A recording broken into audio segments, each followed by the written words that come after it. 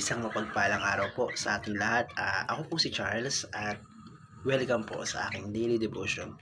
Atin pong tatalakayin o atin itutuloy ang topic na The Power of Forgiveness. Sa araw na ito, ating aaralin ang talatang Colossians chapter 3 verses 12 to 14.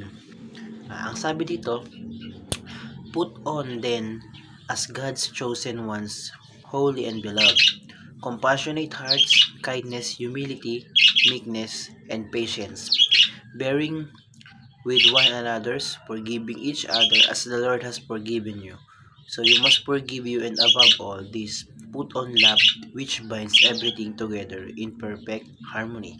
So, sa unang teaching po sa araw na ito, ang sabi ay, the church is a community of sinful people. So, dapat alam natin na ang simbahan or ang bahay-sambahan o ang church ay hindi para sa mga santo. Ito ay hindi para sa mga mababait na tao, kundi ito ay para sa mga sinful people. Ang church ay para sa mga makasalanang tao. So, kaya tayo nag-church, kaya tayo pumunta sa church kasi tayo, makasalanan tayo. Yun ang pinakang point na hindi ang isang tao hindi yan nag-church kasi mabait siya. Nag-church siya dahil makasalanan siya. So, punta tayo sa ikalawang teaching. Ang sabi, the church is a community of forgiven people. So, tama naman na tayo, kapag tayo ay nag-church, ibig sabihin tayo ay pinapatawad na ng Panginoon. Kumbaga, kapag tayo ay nag-church, tayo ay humihingi ng kapatawaran sa Panginoon sa ating mga kasalanan. So, syempre, tayo humihingi ng kapatawaran sa pamamagitan ng pag-church, ibig sabihin pinapatawad na tayo ng Panginoon. So, the church is a community of forgiven people. So, number 3, the church is a community of forgiving people. Sabi kanina, ang church ay para sa mga pinatawad na tao at ang church naman ay para sa mga mapagpatawad na tao. So, syempre tayo, nag-church tayo, pinatawad na tayo ng Panginoon sa ating mga kasalanan. And bilang tayo, pinatawad na tayo, dapat maging mapagpatawad din tayo. So, kumbaga, nasa church tayo, pinatawad na tayo, bilang nasa church din tayo, dapat magpatawad din tayo. So, yun yung pinakang point nung teaching na yun na yung mga tao sa simbahan, yung mga tao na simbahan ay lugar ng mga pinatawad na at lugar din to ng mga mapagpatawad na tao. So, yun. Punta tayo sa application.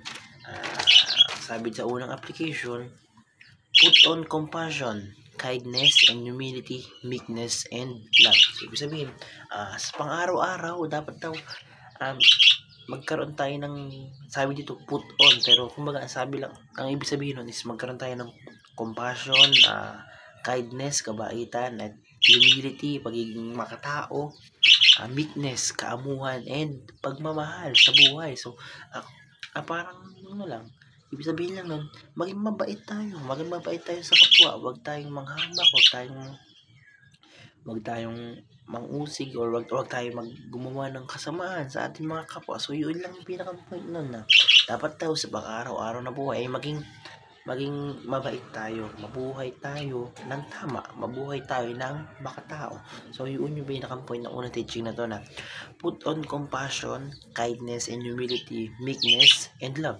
So, sabi, sa ikalawang application, ang sabi ay, endure the church imperfection. So, tayo dapat alam natin na ang church ay hindi perfect. Hindi yan para sa mga perfect na tao. So, ibig sabihin, ang church ay hindi rin perfect. So, dapat sa church, dapat okay lang, or dapat pagtiisin natin or pagpasensyahan kung may makita man tayong mga mali. Unang-una, pag may nakita tayong mga maling tao, syempre, ang church ay hindi yan para sa mababait eh. Ang church ay, sabi ni Pastor Russell doon, ang church ay para sa mga drug addict na gusto magbago. Ang church ay para sa mga, kumbaga sa mga masasamang tao na gusto magbago. So, ibig sabihin, yun ay imperfection. although yun na imperfection ay dapat tiisin natin dahil nga yung mga taong yun ang kailangan talaga ng church. So ayun, kaya nagkaroon ng imperfection ng church dahil sa mga taong yun, which is hindi naman masama dahil yun nga ang pinakang purpose ng church para sa mga taong kagaya nila, para sa taong mga makakasalanan. So punta tayo sa ikatlong teaching, ikatlong application. Ang sabi, forgive as the Lord forgiven us. So ayun, hindi na naman bago tong quote sa atin na to. So yun, magpatawad tayo, kumbaga emphasize lang na magpatawad tayo kagaya ng pagpapatawad sa atin ng Panginoon. So yun, bilang nasa church tayo, pinatawad na tayo. Ulitin ko, nasa church tayo, pinatawad na tayo. So bilang tayo nasa church ulit, dapat magpatawad din tayo. So yun lang, so yun yung pinakang point na to. So yun lang, lagi nating tatandaan na wag natin isipin na kapag nasa church mabait yan, kapag nasa church mabuting tao yan. Hindi, dahil unang-una ang tao kapag nasa church siya, dahil hindi naman sa masama siya, pero kumbaga kaya siya nasa church kasi may kasalanan siya, makasalanan siya. Kaya tayo nasa church kasi makasalanan tayo na gusto nating magpatawarin tayo ng Panginoon. So yun lang. So siguro yun na po ang katapusan ng aking daily devotion sa araw na ito. Maraming salamat po, and glory to God po. Thank you po.